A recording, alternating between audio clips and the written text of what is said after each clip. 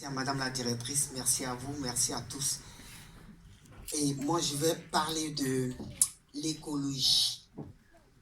Quel regard ai-je sur l'écologie? Mais tout à l'heure, quand je venais, j'ai rencontré un chien. Il m'a interpellé, il m'a dit, Marvin, quelle belle, c'est une opportunité. Tu parles d'écologie?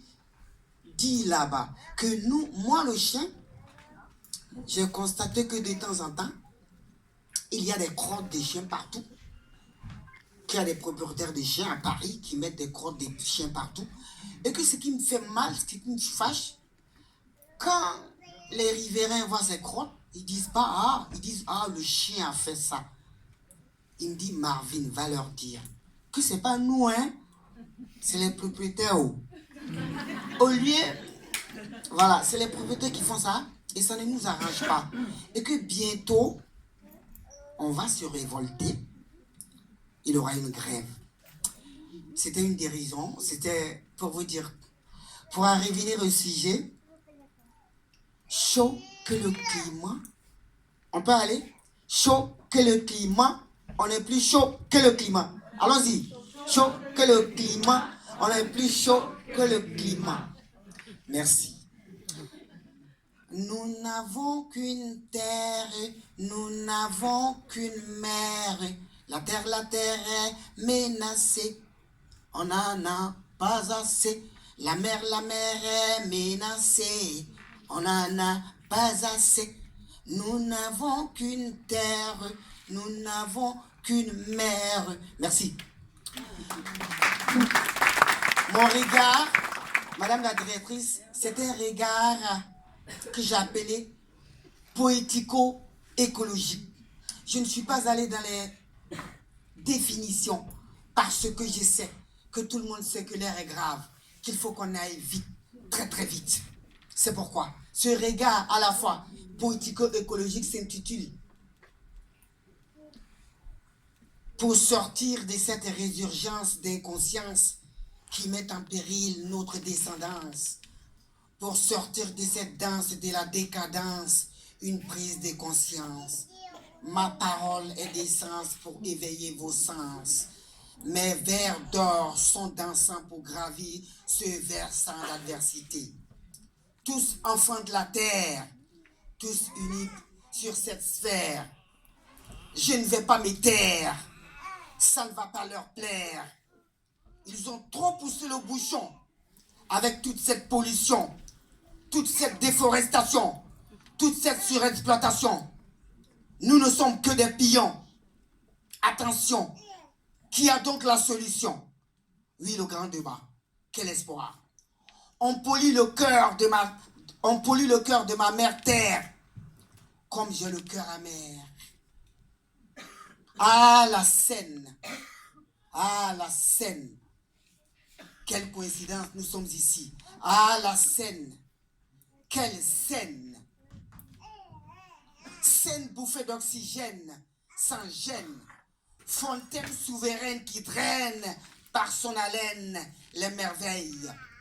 Tissant la laine de l'espoir qui souffle à nos oreilles, qui efface les peines incrustées dans nos veines, qui dissout la graine de cette haine inhumaine qui nous ensorcelle et nous donne la migraine. Ah, la Seine, je contemple ce lieu et rêve sans trêve. J'y fonds d'admiration sous l'ample respiration de passion des vastes fonds. La princesse des eaux, reine des flots, la reine de la Seine, comme chez moi on nous dit, Mami Watame m'a dit, me confie. Ces souillards, sans égard, déversent du haut des trottoirs leurs insultes, leurs ordures, leurs bouteilles, leurs canettes de bière, leurs mégots de cigarettes dans les eaux de la Seine. Mais pourquoi tant de haine? Ces passants parisiens, parisiennes, salissent sans honte ni gêne. Ils se déchaînent, leur conscience n'est pas sereine. Ils ont cette attitude vaine, pleine de dédain, qui entraîne l'humanité dans la gêne. La Seine est un dépotoir à ciel ouvert à cause de leur scène malsaine. Ils traitent comme une poubelle leur fleuve trésor sans remords. Nous en avons marre de leur tintamarre. J'oubliais vos bateaux à moteur qui vidangent leurs essences dans nos eaux, qui troublent notre quiétude par leur passage sur nos flots. Savent-ils seulement qu'ici, oui ici, qu'ici aussi, il y a une ville qui a une vie en dehors des poissons? Une civilisation de la raison sans déraison, de l'harmonie sans la folie de leur monde étourdi. Certainement, ils l'ignorent. Mais pourquoi dénigrer l'eau qui est la vie, qui est le vrai trésor?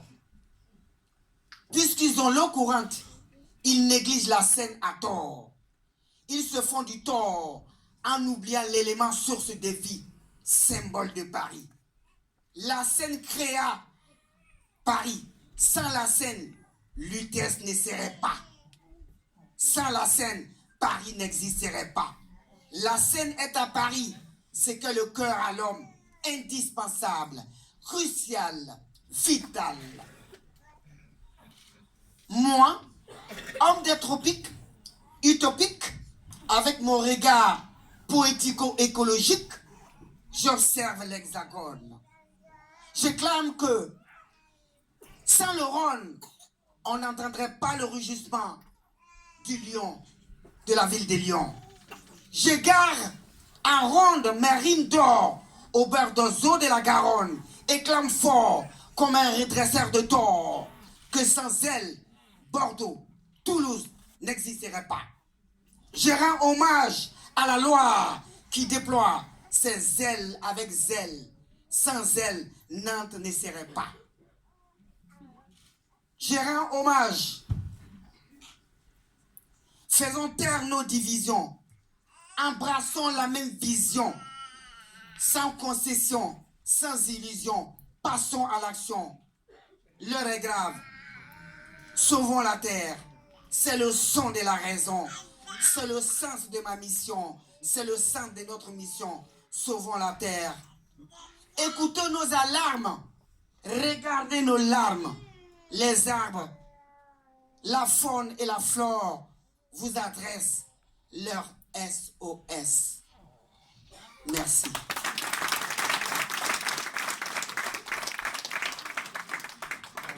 Vous voyez qu'un peu le grand débat est quand même déjà bien lancé. Hein. Alors d'un côté, on a la démocratie et l'État,